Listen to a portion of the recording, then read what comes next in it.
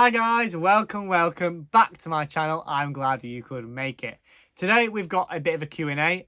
Yesterday I asked out on my socials for questions for the Q&A and so many of you came up with questions. There's like 25 plus questions, there's so many. I don't know if we're going to be able to get all of them done today, but we'll get as many as we can without the video going on for too long. But yes, thank you everyone who sent in questions and I hope I get to read out your question. Okay, so the first question we have was, what was your favourite book as a child or teenager? Now, I think I answered this one in a previous Q&A, but favourite books as I was growing up were the Twilight books, the Spooks books, Goosebumps, Diary of a Wimpy Kid, Captain Underpants. I loved all of that. I really liked the Hunger Games when I was really young. Well, like I say really young, like 10. But yeah, I'd probably say like Spooks. They were up there. I really liked those books. Next question is, which three authors describe your taste in books? So this is a struggle for me. I'd say straight away, rom-com, Beth O'Leary. I love Beth. I think she's absolutely brilliant. I think she's so cool. Fantasy. That's a difficult one. Romantasy, I'd say probably Carissa Broadbent. I just love her writing style. I think it's so fun, and I really just love the way she plays off characters and has these amazing character arcs. If I was going for more epic fantasy or world building, I'd probably say Fonda Lee or M.L. Wang. I think they are exceptional writers, some of the best writers of this generation. I think they are so brilliant. I love them so much. Another question we've got is there one song that you immediately associate with a book when you hear it? I don't know about one particular song or particular book, but anything Hosier I associate with fantasy. He has so many good songs that I use in like fantasy book talk edits. I love them so much. One that comes to mind is Would That I immediately associate that song with Lord of the Rings. It's so good. I really like it.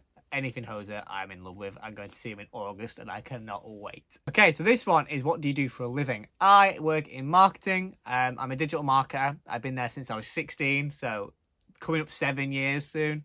Yeah, I've been doing that for a long time now. My ideal thing is what I want to be when I'm older. I really want to be an author. I've always wanted to write and I've always loved writing. That would be my absolute dream.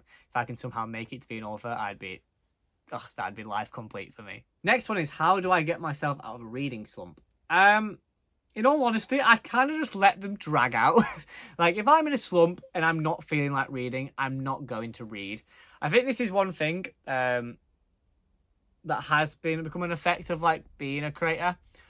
Sometimes I always feel the need that I need to be reading more and reading more books.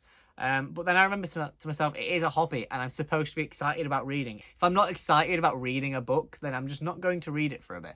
I don't feel too pressured when I'm in a slump. I know I love reading. I've loved it since I was a little kid. I know I'll get back into it. Sometimes other hobbies just take on further. If you were to keep one book only, what would it be? I'd probably say Six of Crows. I feel like those characters are so comforting to me. I really love that book. I love the found family element, and I think it's just such an enjoyable, fun book. Yeah, I'd probably say Six of Crows. That'd be my one. This question is one I've never really thought about before, and it's, do you see people in your life as book characters? It's something I've not really thought of, to be honest with you. I imagine, though, like when I see, say if I'm sat on my own writing or drinking coffee and I'm out in public and I see like a couple walking past or being in love, etc., I always like the thought of that, and like they've got like, I always imagine like they have their own little story about them. I always like the thought of that. Yeah, I don't know, I always feel, yeah, I do, I kind of guess I do, because when I see people either on their own or like I said in a couple, I always think, what is their story? I like to write bits of poetry and stuff about that sometimes, so yeah, I guess I do. Right, this question made me laugh because it says, which book did you get a long time ago but you haven't read yet and why?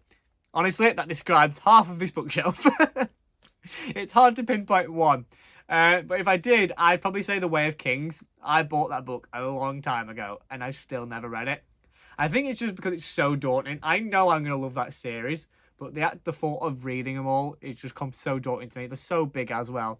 But every time I see a Zeps and Son of Valar, or whatever it is, edit, I always want to read it. Yeah, I don't know. I've put it off for so long. I don't know if I ever even will get round to it. I really like Brandon Sanderson, though. Next question is a book I regret reading. Now, this is actually going to be a recent one, and it's probably surprising to you lot. You'll seen in my previous videos in the past, I always recommended Powerless as like a starting fantasy. I recently read Fearless, and that is one book I regret reading. I always quite liked The Powerless and Reckless, despite obviously all the controversy. I did not taking account into that. I did find those books enjoyable and fun read. When I read Fearless, no, didn't like it one bit. The plot didn't make sense to me. It felt rushed, and to be honest, it's left a sour taste from all of the series for me. Yeah, I don't know if I can recommend that series anymore. So yeah, that is a book I regret reading because it did kind of spoil the rest of the series for me.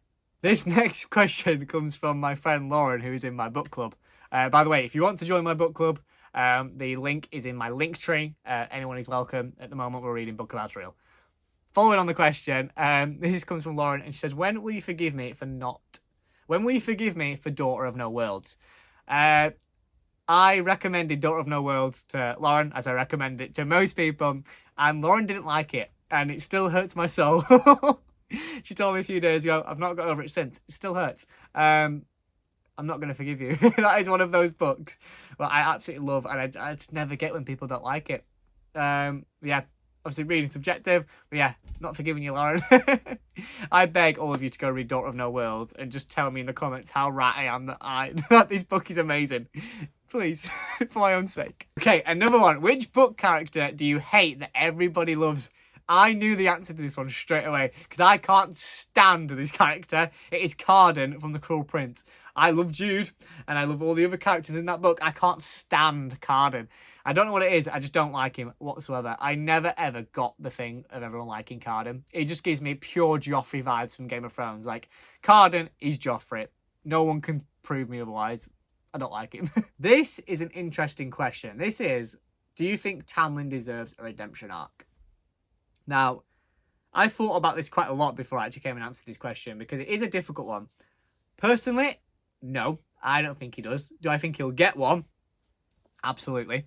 What I'd love is if they're going to do a redemption arc, I want them to have his redemption, do something really good for these characters, and then die immediately. Just absolute poof. I don't think he deserves a happy ending. He may deserve a redemption arc. He definitely doesn't deserve a happy ending. I feel like it'd be a really good way to do it. He finally redeems himself and then bang, deado. Or sacrifices himself, maybe. I like the sacrifice idea. I think he should sacrifice himself. But no, say it with me, everyone. Abusers don't deserve redemption arcs. Right, this one kind of links into the last question. It's if you could fight one book character, who and why? It'd be Tamlin. It'd absolutely be Tamlin. Again, abusers don't deserve redemption arcs. I would punch that man in the face gladly.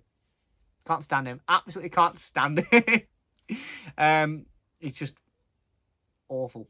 Yeah, that A Court of Mist and Fury, I really don't like that character. No, absolutely not. If there was any others I'd like to try punch in the face, I don't know. So don't get me wrong, I'd lose. I'd so lose. These men are like Fey warriors. I'd absolutely be bludgeoned in seconds, but still, I'd like to punch him. I can't think of anyone else I'd rather punch. He's a knob. Same person with a slightly different question was vice versa. If you could make out with one book character, Tizana Fatesic, love her. Daughter of No Worlds, Tizana, she's amazing. Next question. Am I recording? The panic that went through me then when I realised I'd been recording for like 10 minutes and not got a single clip. Whew. If you could live in a fantasy world, what would it be? And do you think which fantasy world would you survive in? Okay. If I could choose to live in a fantasy world, I'd probably say I do love the idea of Valaris, I can't lie. Like, it seems such a beautiful city where everyone just seems to be happy and all good. I do like this. It's so pretty as well. I'd love to go to Switzerland and see what it's based off. Also, the Shire. I think I'd fit in well in the Shire. If I had to go anywhere, I think that is my answer. I'd love to live in the Shire. I want to be a little bit hobbit. I want to make all my vegetables. I want some potatoes. I want first and second breakfast. Yeah, you know what? The Shire. Then we have, what is your bookish quirks or red flags?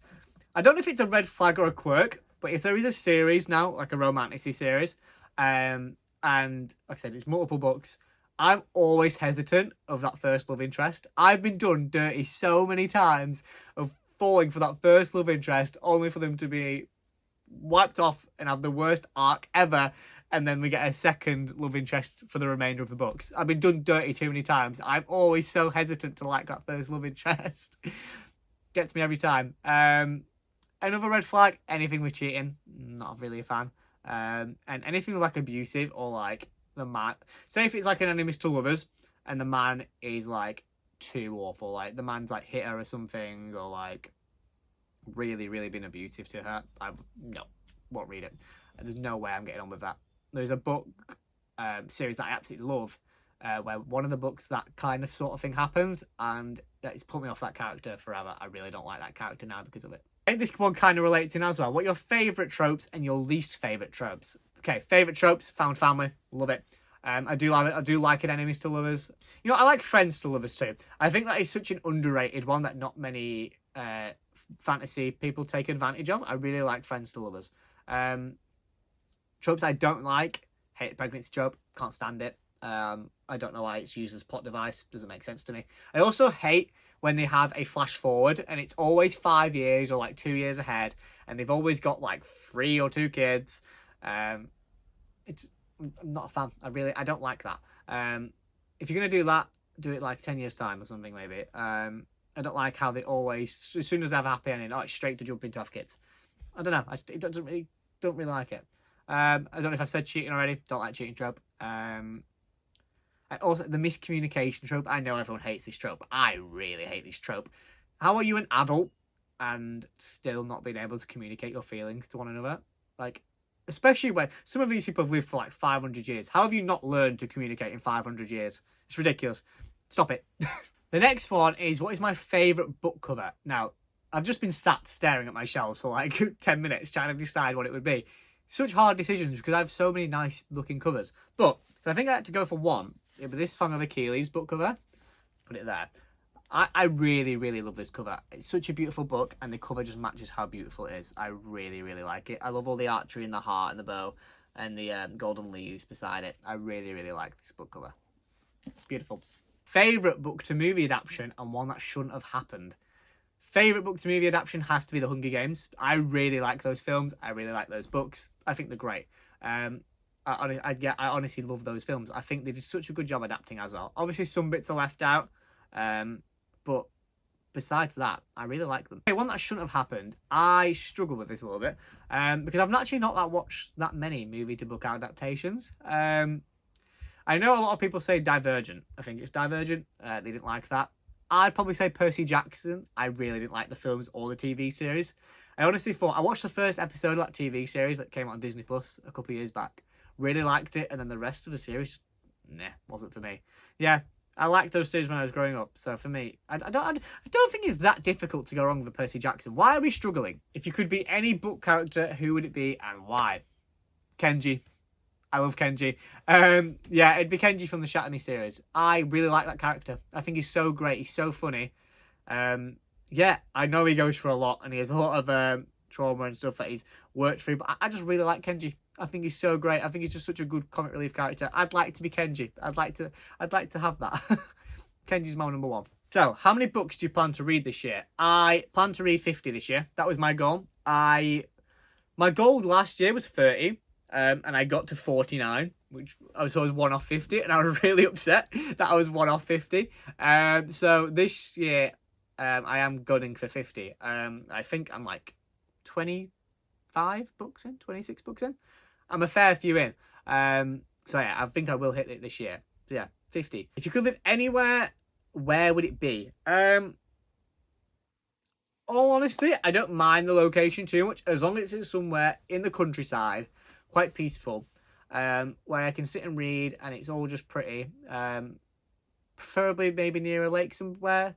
Yeah, I just really like the old country style type of life, sort of thing, like cottagey vibes.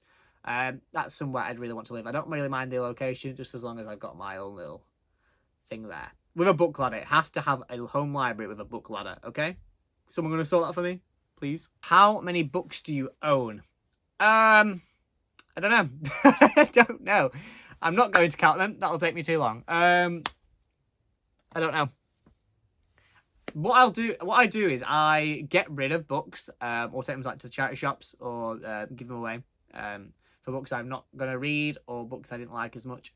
So I normally range, I think I'd say about the 200, 250 mark is where I normally stay at.